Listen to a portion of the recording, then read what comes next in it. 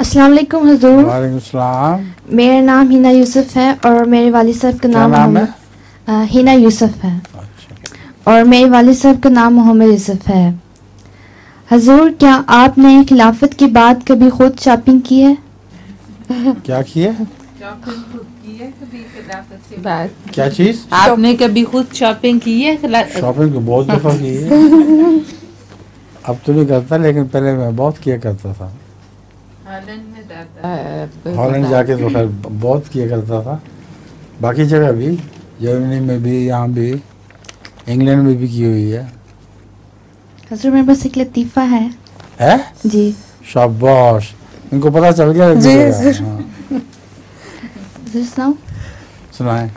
एक बच्चा मुर्गी के ऊपर गर्म पानी डाल रहा होता है। किस पे? मुर्गी के ऊपर। ओहो।